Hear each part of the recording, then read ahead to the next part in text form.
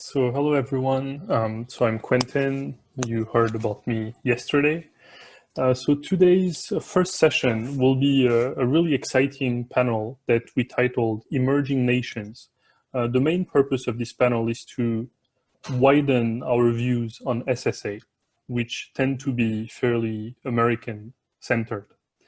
And we will have four panelists from numerous countries: India, the UAE, Gabon, and Brazil, and a moderator, Peter Marquez, from the United States. Before introducing Peter, I would like to explain that we hope that this panel will be interactive and that you, the audience, will ask questions to all the panelists. So to ask questions, you can either write them in the chat or raise your hand using the function in the participant list on Zoom. And then Peter will see that you raised your hand and give you the floor. So now moving to Peter Marquez. Peter Marquez is the head of space policy at Amazon, the first head of space policy at Amazon, where he oversees global space policy activities for Amazon new space product and services. And at the same time, Peter serves as a senior advisor to the US National Space Council. But before that, Peter developed a strong experience both in industry and government. So in industry, as managing partner and vice president of numerous space-related companies, and in government at the White House, serving as director for space policy at the National Security Council under both President Bush and Obama. And before that, at the Pentagon on a variety of space and classified programs for the Air Force and the Office of the Secretary of Defense. So Peter, now the floor is yours. And thank you very much for moderating this panel. Of course. This is the best part, is moderating. I don't have to do any speeches, no comments. Don't have to prepare anything other than relying on my esteemed panelists who are fantastic. First, though, I do want to thank the great people at AMOS conference. This is, gosh, I don't know how many years it's been, 10 years being involved or more with AMOS. So many thanks to Sandy, who continues on from all the great work that she and Jeannie did together. So thanks to both of you, and thanks for having me again. I'm wearing one of my, well, you can't see it, one of my older AMOS Hawaiian shirts. So thanks for doing this. I think today's panel, as Quentin said, is going to be fascinating. I have the pleasure of knowing many of the panelists and I've looked at some of their prepared comments, and it's fantastic. I think we're going to hear some very interesting perspectives on what is happening in the community. And so with that, again, I have stressed with the panelists, and Quentin did a good job of mentioning that I really want this to be interactive and welcome your questions. And so Quentin, with that, please help me with the technology part of this and making sure we get the questions in. So the first, I will apologize to my panelists. We had a planning session, and I don't think we discussed the order of the panelists. So this will be a surprise to all of you, so get ready. I think what I would like to do first is go to Raji. Dr. Raji, I think you and I have known each other for a good number of years, and she has significant experience in government and international activities, has spent time inside the Indian government, and as you can see from her bio that was handed out, she's also a prolific writer. So I have no idea how you handle all these different things that you do. And again, as with all the panelists, I think all of you are very lucky to have Raji here, because she's got an amazing perspective on these activities. So with that, Raji, I will turn it to you to lead things off. I think you're on mute, Raji. Hey, thanks. Thank you, Peter. Thank you for that very kind introduction. And I learned from the best. So to whatever I have been able to accomplish. So and thank you for having me here. Thank you to Sandy and Jane for having me here as part of the AMOS. This is my first interaction with the AMOS, but I'm going to thoroughly enjoy this session and the rest of the conference to the extent possible. So to look at, I will try and look at the space situational awareness, try and give a sense of as to why this is important, but also look at from Indian perspective in the the Indian capabilities in this regard, because even though India has been in this business of space for quite some time, for a few decades now, but India did not have a specific SSA directorate or a division within the Indian Space Research Organization, which is a civil space organization within India, did not have a SSA division until last year. In a sense, they just put together the directorate, a special directorate for the SSA only now. So I think there is a need to ask as to what took India for this long to understand the importance. So space has become so enormously critical for everything from social, economic development, whether it is for broadcasting, broadband, navigation, communication, and of course, security and defense needs, which are also becoming quite heavy in terms of the demand in a sense. But at the same time, many countries around the world, especially the developing world, are just beginning to appreciate what space can do to uplift the lives of its people. Therefore, I would say space is, of course, going to get further crowded and congested. There are already more than 80 players active in space, and there are plans for many private industries to launch thousands of satellites for broadband connectivity and so on and so forth. So it is going to make the challenge of space traffic management even more critical in the coming years. I think these are important imperatives for countries to invest and develop SSA capabilities, because SSA at the end of the day is essentially the ability to monitor, understand, and predict the changing physical environment. So in effect, an SSA would do tracking of space objects, debris, space weather, including prediction of collisions in orbit and so on and so forth, or detecting launches of new space objects, predicting re-entry of objects into the atmosphere and so on and so forth. So it does tackle a number of different challenges, whether it is natural in terms of space weather, impact of meteorites and asteroids, or even accidental collision and so on and so forth, collision between satellites or satellites and debris. Or even there are more intentional issues that are coming up, whether it is jamming, low and high altitude ASAT weapons. So there are a number of different challenges that are coming about. Even intentional issues attacks are happening in space. So SSA has become absolutely critical to understand what is the environment that you're operating in a sense.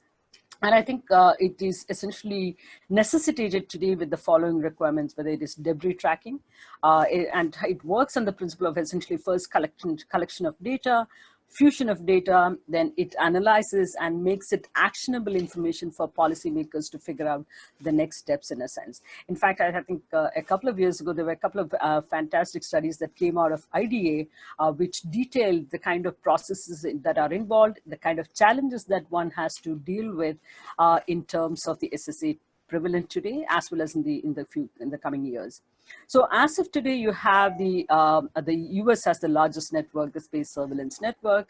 But even there, I think the coverage of the Southern Hemisphere is somewhat weak, and that's where Russia comes in, which has also got the second largest SSA network, followed by the EU. But in the case of Asia, I think there are very limited capabilities as of now. China and Japan have been investing a few years prior, and so they have again developed some limited capability. India has had some tracking capabilities, but again, it's been weak, but never had a space situational awareness or SSA directorate per se until last year. So we are still talking about very nascent capability, even in the larger Asian context, but even for India, I think this is fairly recent in a sense. So like I said, India traditionally, therefore, ISRO has been, for instance, dependent on or relying on the NORAD, for instance, for data for tracking the debris, monitoring of the active and passive satellites and all of that stuff. And again, ISRO is not being a member of the NORAD. It has not been able to access the real-time data. So the limited access to the batch data has also resulted in possibly lack of accuracy and precision, or even delay in locating the space debris and so on and so forth. But with growing number of satellites and counter space capabilities, such as the ASAT that India demonstrated last year in March, India just cannot afford to not have its own SSA capabilities. I think India recognizing this particular step, this gap, and I think that's why it went about creating the first, at least notable step to make the India space program more sustainable, secure, and somewhat more independent. India has a number of functional satellites today, including a mix of communication satellites, navigation satellites, and surveillance satellites. But I think it is becoming more complicated with, especially, I think today morning you had the news headlines saying that the DRDO, the Defense Research and Development Organization, is also planning to develop a series of counter space capabilities. This, of course, I think India's efforts are in a sort of trying to match up to certain capabilities that exist in the neighborhood. But the fact is that it does complicate, it does pollute the space a lot more than what it is already. And I think the long-term sustainable use of outer space is coming under severe sort of a challenge in that sense from the kind of security-related activities that a lot of countries are increasingly on. Let me come quickly to India's current SSA capabilities. In 2015, India developed what you call the multi-object tracking radar motor, which is comparable to the Israeli and some of the other global ones, like the one developed by Raytheon and Lockheed and so on and so forth, which are capable of tracking about 10 objects up to a maximum of 1,000 kilometers. This is currently used for space debris proximity analysis and re-entry prediction of the debris in a sense. India also has a number of optical telescopes. India has been there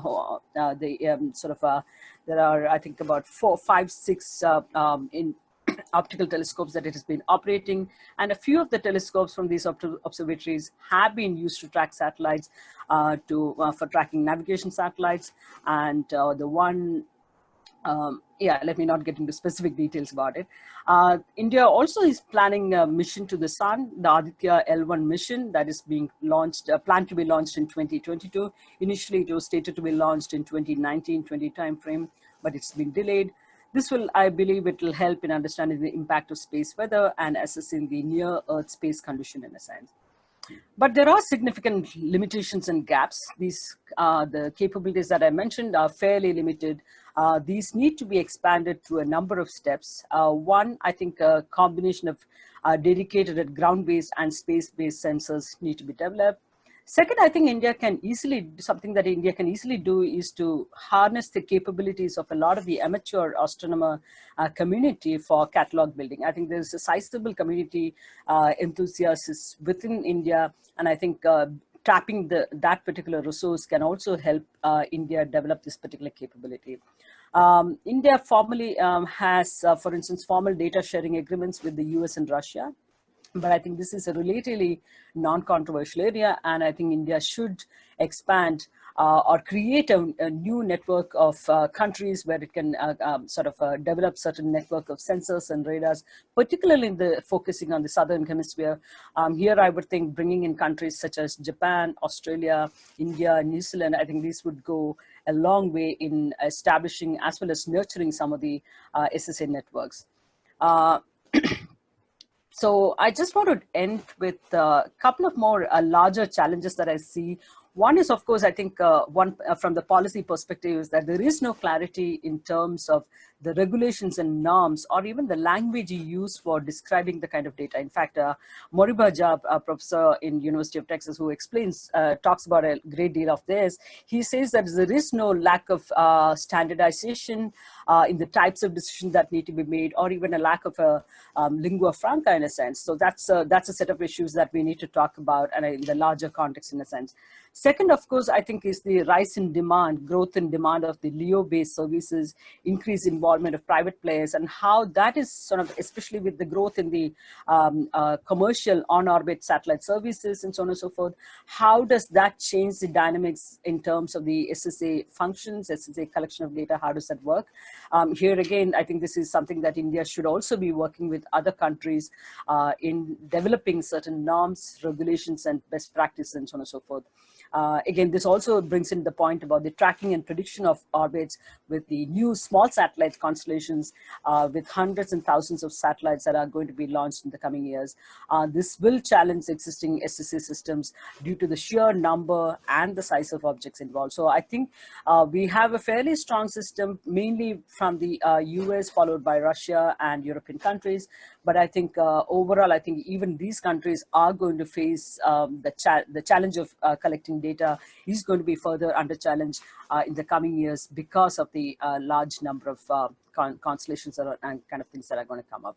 I'll stop here and I'll be happy to take on any questions and looking forward to comments. Thank you, Peter. Thank you. Raji, thank you. I mean, as always, just comprehensive and some really interesting points, especially the points you raised at the end as opportunities. So thank you very much. Where I want to go now, and what we'll do is we'll make it through the panelists and then reserve some time for questions at the end. So where I wanted to go to next is two of our panelists have been deeply involved in establishing the space agencies for their countries and also working within their regions to develop space capabilities and space policy and outreach, and have been doing a tremendous job of it. And then what I want to do is conclude with Andre looking at the international perspective as well as some perspectives that he has in Brazil. So with that, the next person I'd like to turn to is Abu Bakar, if he's ready. And he has been, one of the good things about doing this virtually is I get to actually spend time with him that I would not have normally been able to do. And reading through the things that he has been doing is just tremendous work in Gabon. And I'm personally fascinated to hear about some of maybe some of the challenges and opportunities that were that he faced when he helped establish the space agency in Gabon, and then as well as all the work that he has been doing on infrastructure and international relations, and also what they've been doing to set up some of their capabilities in Gabon. So I'm really interested to hear what they're doing, and it's an honor to have him on this panel. So Abu Bakar, if you're available, I'd turn to you now and present your slides. Okay, thank you, Peter. Thank you to invite me in this first meeting. For us, just in 5 slides, I will give you an idea about the work we've done here and our position in the SSE network now with the partnership with United States companies. My first slide is about the agenda. Sorry for my English, that's very well, but I try to be better to you to understand my speech. I will give you an overview of our space agency. The second point is not a just conversation, is about where we are located, because I think all people not understand, knows very well where is Gabon. And also we continue with this space infrastructure and space activities. Next, please. After the setting up of the Gabon Space Agency in 2010, this is a public structures, and the main missions are to establish national space infrastructure, to provide satellite data to monitor climate change impact, because Gabon is located, along the sea, and to provide satellite data to public and private sectors for many applications. We are, our country is covered by only many forests, land use and sustainable development, water resources, maritime surveillance, human dynamic, and so.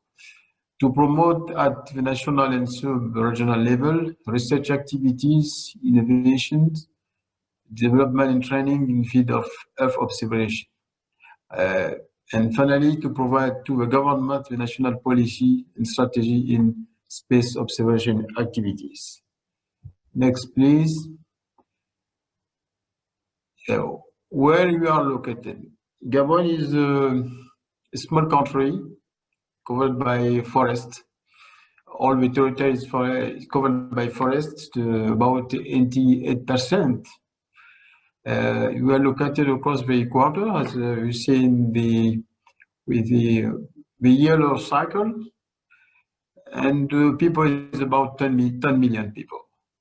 And as you see here, we are at the coastline, and we need, you see, with many tools, a lot of tools to monitor the coastline and forest monitor. That's why we chose to establish the Space Agency to use Earth observation data.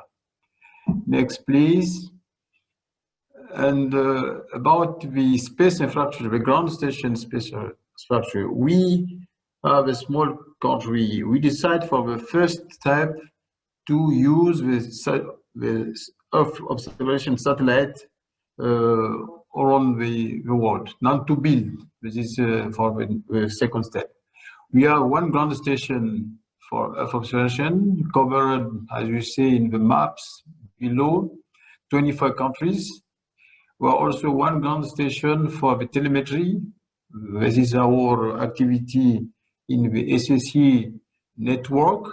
We follow by telemetry the rocket launch from California with, as you say, a private US company.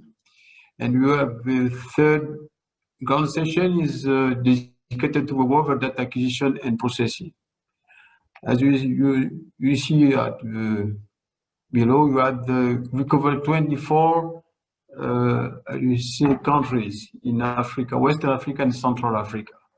And the main application is forest and also maritime surveillance, because you have we covered many countries along the sea. There are many trouble on oil exploitation, piracy, and many activities in the sea. Next, please. Space activities. We are Earth observation data acquisition, processing, support to the launch operation due to our equator locations. We also, this is a big point for us because due to for the systematic development of the agency, we put a big effort to train young people in the field of space domain. And here in our agency, we are about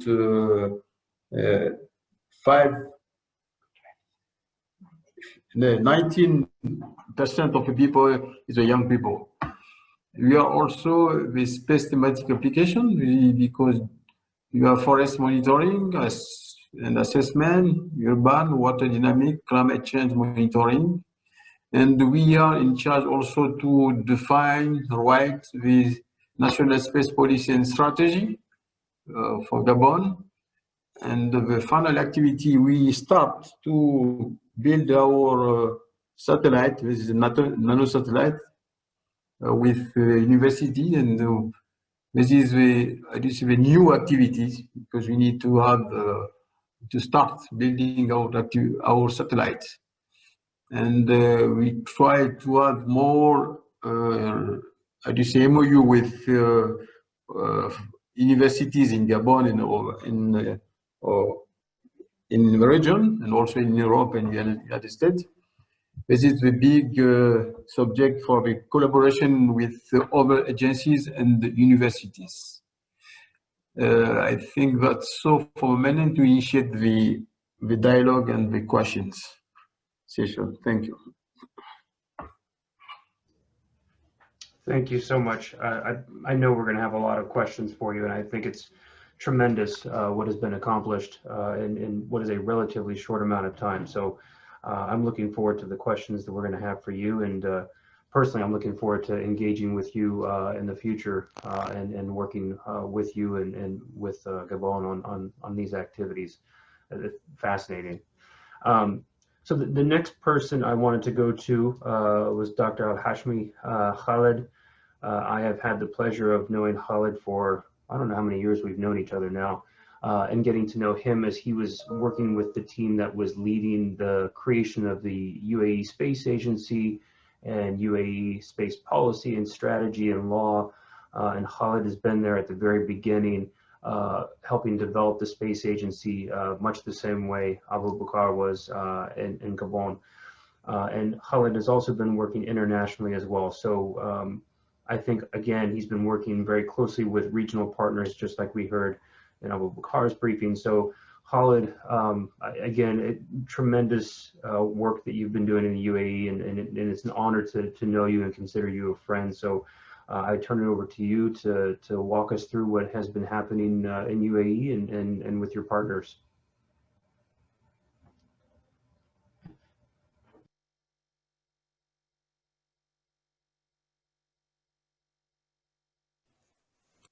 Khaled, you're muted. We cannot hear. Yes, thank you. Well, thank you, Peter, and the rest of the panel for this nice introduction. And it was my pleasure working with Peter. I think it was middle of 2015 and 2016, I think, or beginning of 2016. And that was a very important work,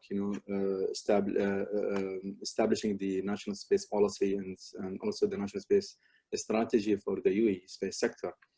And at that time, we really realized the importance of space debris and space management. There was no such activities or even activities in the whole UAE on this part. We are very glad, in this space agency, we went all the way until last year we launched or we published the national space law. And now we are in the phase of putting regulation in place, which is really executing, what we said in the policy and also in the law. So we have the National Registry of Space Objects. We have the accident investigation regulations and the regulations on reduction impact of space debris. And nicely also, we didn't cover only policy or regulations, but in parallel, we established the National Science, the Space Science Technology Innovation Roadmap. And here, where we focus on technologies, and we realized, because to be part of to get into activities of SSA, you need either to have an assets on the ground or to be part of the global network or to collaborate with internationally. Otherwise, it would be difficult, to engage very actively to be part of the community. So we realized this important aspect, and we tried to put seed money with local universities, where we launched the meteorite monitoring network with the University of Sharjah, and it has been now operational since 2 years and scattered around the UAE, and there is also a possibility of expanding. We use these activities as an outreach and also as to encourage the student to get into this area of specialization. And the next move, it was really, I have taken the Science Technology Innovation Roadmap. Now, when I moved to the National Space Science and Technology Center, because I'm the director of it, then I put also a priority of space awareness activities. And I put, one of the 6 pillars is SSA activities. And we start, in this year, in October, we will have our first project on radio array will be installed in a line operated by NSST and in collaboration with the College of Science. And this is very nicely done with Curtin University in Australia, where we are procuring the array that they already been tested there. And now we are becoming a full member in that network, which I think there are 6 countries. And also another collaboration is with the University of Texas, Austin. I think Professor Moriba, I think he's doing an excellent job in that perspective, where he's supporting us by acquiring the software that is already using. And so we will be already installed this month, and then in October we'll be linked to the radio array also as well, and will be linked to a ground station that we are establishing in NSSC, which has an antenna, 4 antenna, SNX and UHF, and also other partners in that perspective. And hopefully through this mechanism or the collaboration, I think we will see some good work at master and PhD level, where we get engaged, in that perspective. And also we would like to work with our satellite operator in terms of using the astrodynamics capabilities with the software, to protect, debris or any threat or any activities in this area. So I'm very glad, within the 4 years of establishment of the Space Agency, we're moving ahead, and we have not only word in a paper, but we really execute things, and also I think some of you also already seen our colleague in the United Nations and Cobus, where the team is very active, interacting with the rest of the partner and the community. So this is the just a top level of activities that we do in the UAE, and hopefully, and I hope all the countries could collaborate together in controlling the big satellite constellation that will orbit, that will fill our space. And I believe without proper compliance or respect of the asset in space, then we will not be able to achieve our objective to have a peaceful use of space. So that is an obligation of all countries. Yes, the big countries like USA and maybe other countries which is advanced economy has the capability to launch a big constellation of satellites, while other countries who is backward, they lack these capabilities. I think there is a big obligation on this big satellite constellation, to engage the rest of the world, and supporting the SSA activities. And also there is a room, for the smaller countries, if they don't have assets in space, also they could contribute by their voice, through contribution in United Nations or other organization. SSA is almost, it has an analogy to the climate change, So everybody has an input if you want to have a good climate on the earth. Then advanced economy or poor countries or non-advanced country, they should contribute from one aspect to the other, in climate change, which is the same perspective here in the SSA. That is a brief, from the activities and some perspective what we are trying to do in the UAE. Thank you, Peter. Thank you very much. I mean, again, just tremendous work that has happened in a very short amount of time in the Emirates, and you have been a very critical part of that. So many thanks to you and Dr. Alababi and the rest of the crew there in the UAE with all the, I mean, you guys are working incredibly hard, so I appreciate it.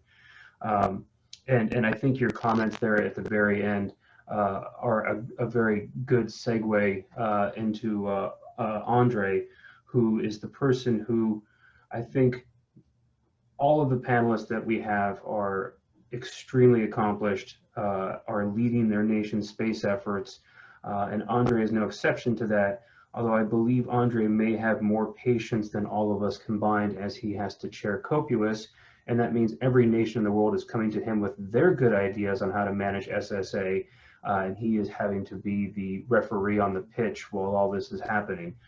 So again, I think Andre can give us some perspectives from both Brazil and then what he's seen in the international community, which I think is very valuable to kind of see the consolidated view of what is happening around the world. So Andre, with that, I turn it to you, and thank you again for doing this. I greatly appreciate it. Well, Peter, thank you for the introduction, and thank you to all the folks at Amos for making this possible. It's really great to be interacting with all of you. I like the reference, to a referee. Next time I should bring a set of red and yellow cards. Never try to use that, but it would be good, just like soccer. You're out, Well, but I was listening to all presenters before me, and I thought that a good way to connect what I'm going to say was to what I hope the audience also noticed is how different notions start working and get involved and engage in space activities. And what we had here was really basically a snapshot of very different realities that converge to the need for cooperation, and understanding and exchange of information and support and so on. Well, I was supposed to talk a little bit about Brazil. I'll be very brief in that respect. SSA as a concept, I would say, is rather new. We did sign an agreement with the United States back in 2018. There was before also the agreement on technology safeguards, and we are developing then a launch center. But Brazil has been very active as regards space weather, because that's been a necessity. We are affected by the South Atlantic anomaly. So many people don't know that, but Brazil has the best space weather monitoring system south of the equator. And we do share that information with all interested parties. And sharing, I think, is really an essential characteristic of our space program, the idea of sharing information. We share space observation, Earth observation data, and so on. And then translating that to my role as chair of COPUS and what I have observed for many years as a negotiator in the sustainability process. I don't know if our audience will know what that is, but the committee worked very hard, I would say, for over 9 years, almost a decade, to negotiate a first set of guidelines that will tell space operators and countries, well, all stakeholders, I would say, all those engaged and involved in space, will provide them with some principles, guidelines, as the name says, on how to conduct their space business, or their business in space, while addressing the need to preserve the space environment, which is not infinite. Space may be, but the area of space that we can use to our benefit is quite limited. It's still quite limited. We are not able to board the Enterprise and travel across the galaxy. So the idea is that, especially this area surrounding the Earth and our solar system, but especially this area surrounding the Earth, is very, very fragile. And one thing that I think sometimes folks don't notice, and I realize that when I talk to people who are not specialists, not really working with space, is that people don't realize we can no longer function as a species without space technology. Our lives nowadays, no matter where we are, depend and rely greatly on information that is provided, or space services, services that are provided by space technologies. So I think this is the scenario in which we have to work. And then when we talk about SSA, in this multilateral environment at COPUS, for example, our greatest challenge is how to accommodate two things: different interests that come to the table, because you have the interests of established space actors that will, and rightly so, make sure that they want to make sure they are not encumbered, that they are not barriers that would allow them to, well, not only advance their business but also protect their interests. And then we should also refer to national security interests, because the space is always connected with that. And then you have new space actors that are just learning and are concerned that, okay, what will happen in the future? Will I still be able to access space? Will I still be able to use space? Will I be able to launch my satellite 5-10 years from now? and this is a kind of dialogue that I've observed over the years since I started working with COPUS. I've seen that there's always greater interest. I mean, one thing that I could mention to illustrate that is that when I started working with COPUS back in 2013, I think the committee had about 75 members, and now it's up to 95. And if you consider that this is a committee that is started back in 1958, 59, you realize, that there is a surge in interest. I mean, for about 4 decades, COPUS was more or less stable in terms of membership. And then all of a sudden, the last 5 or 6 years, you get like 20 new members. That's an increase of about 30-40%. I think that's a signal of how important space is. So in our discussions at COPUS, we really have to try to accommodate those interests. Say, okay, how can we try to create an environment and to create solutions in which there is sharing? And how can we work with different bodies in the UN system, in multilateral systems, to make sure that this idea that space space is something to be used in a cooperative way, even though there are competing interests, there are economic interests, as I said before, also there are national security interests. how can we make sure that countries understand that there is no other possible solution than sharing information, that establishing best practices, that let's say addressing suspicions and so on. And then this is part of an ongoing debate.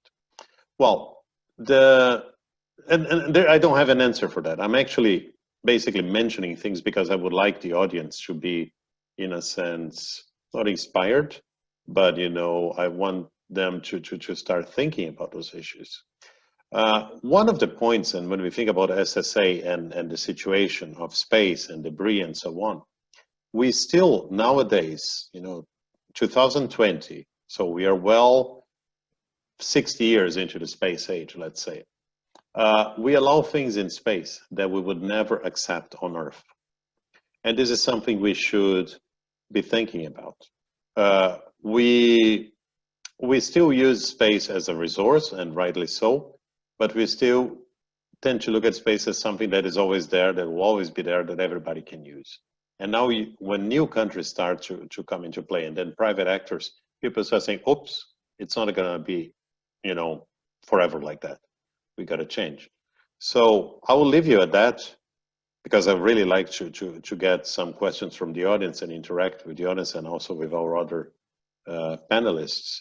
But I will really leave you with that message, the idea that we need to find ways to cooperate and to address whatever concerns we have, because any solution to space has to be a collective solution. In space there are no borders, no frontiers, no barriers.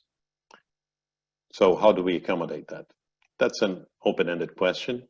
I would like to hear your thoughts on that. Thank you.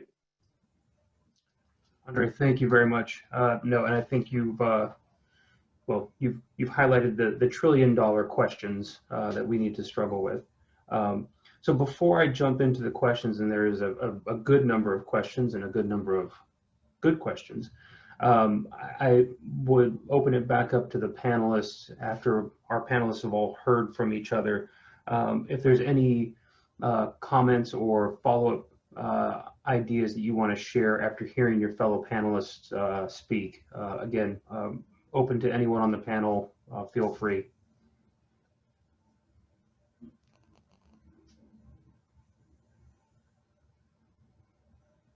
Okay, that was easy. Great. There's a few questions I'm going to jump through. There's one question, though, that I need a clarification on, and this is, I think, from James Blake. James, you have a question about verification and attribution. If you could just re-clarify your question. Verification and attribution is often an arms control term, and I just want to make sure what it is that you're asking, because there could be an element of arms control in SSA, but I don't want to blur the lines when that's not what you meant. So if you could rephrase it, I'm happy to put your question forward.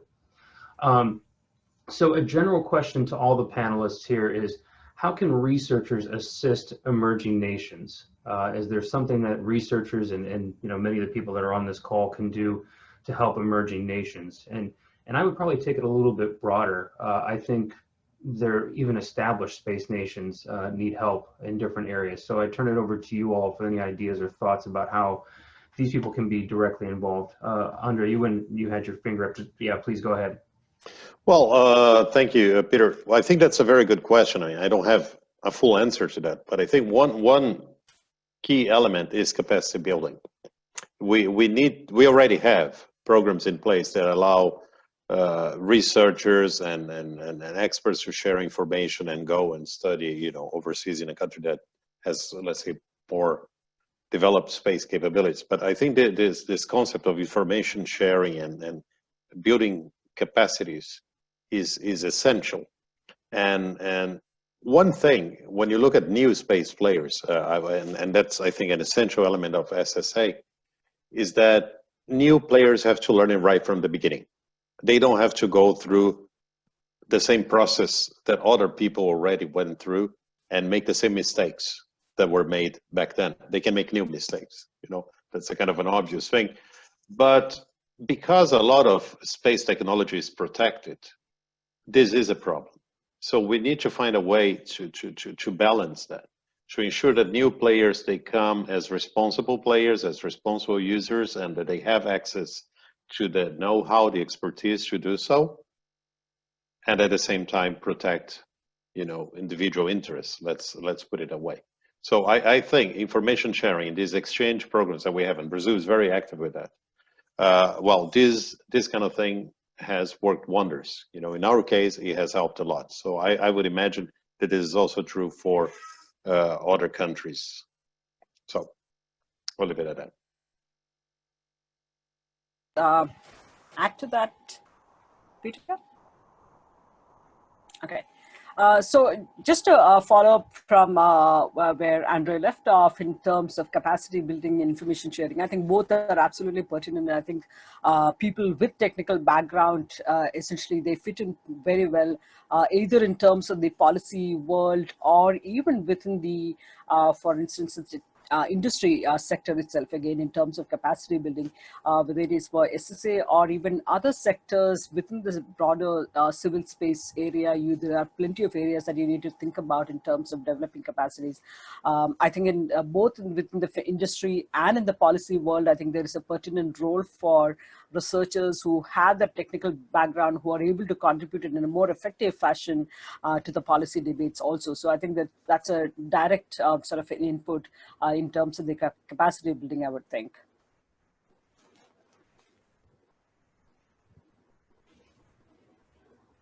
Very helpful. Yeah. I'm sorry, Khalid, you're on mute, sir. So I'm a follow-up. You know, I think every country has a unique situation. You know, the researchers, you know, from different parts of the world. If we look at the UAE, for example, as one example, you know, if a researcher want to conduct research on SSA, probably 4 years ago, it will not fly. He will not get any funding because of the system around it. You know, I think the researcher need an environment where there is enough awareness, you know, at the government level, even at local universities, you know, and to get the necessary funding, to get the necessary support, you know. Without this awareness, the researcher will find difficulties, you know, in getting enough support or for their to pursue their advanced, you know, research capabilities. You know. And this is what we try to do in the UAE, is putting SSA as one of the core topics, and also at local universities, and start educating, you know, the people there at local university the importance of such activities. Very helpful. And I think related to that, there's another question that I think, Khalid, both you and I think Abu Bakr would be perfect to answer this question. And that is, the question is, as you were establishing the space agencies, you know, how did you convince the public that this was a good thing and was not just a waste of taxpayer dollars or your, you know, Ministry of Finance funds? Was there a public sell, so to speak, needed to make this happen?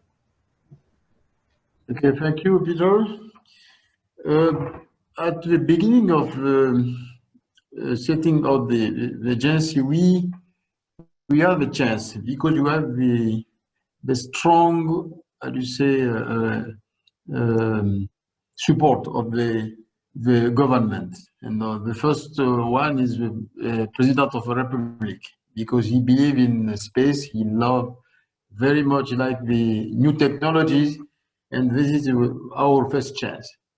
Before starting the project, we sent many young people in France, in United States to learn and to learn more. And in ground station, informatics, GIS, and also image processing during 2-3 years.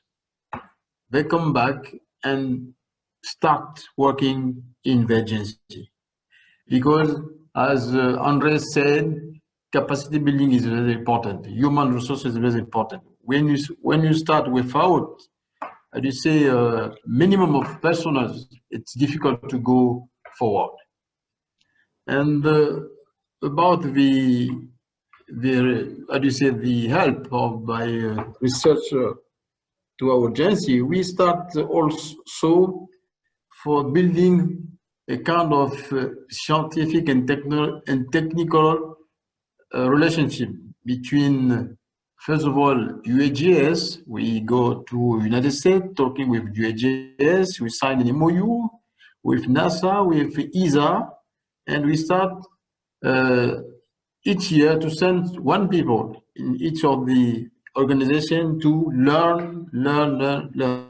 And the government put a lot of money in scholarship to help us to send young people. And now we are, how do you say, 8% only the national people working on emergency. And we also, during the start of the project, organized many meetings with public association with the, how do you say, students, with a teacher to explain. Because when we choose to build a space agency, it's not only for, for a fashion. No, it is, we have a need. We have to know very well our natural resources. We want to know to follow or monitoring our coastline. We have to prevent the development of our cities. We are also many thematic. That's why we decide to create this agency and learn more about Earth observation to tackle the needs of the problem we have here in the countries and in the regions.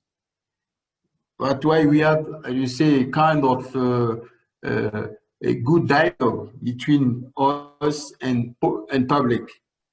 And now we organize in each year a big of competition in space. Some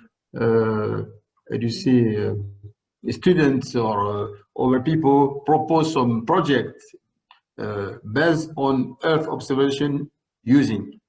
And at the end, we select one people or two and give her the scholarship to continue to develop this project.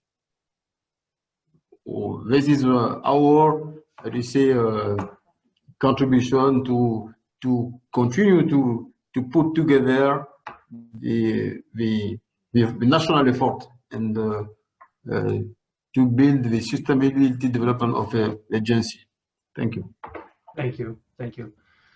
Yes, and Khaled, I know it's probably a different situation in UAE with the establishment of the space agency, and I think the people online here would probably appreciate understanding how that came to be in UAE and is a little different. Yes, well, as you said, it's a little bit different. The space activities in the UAE started, before 2014.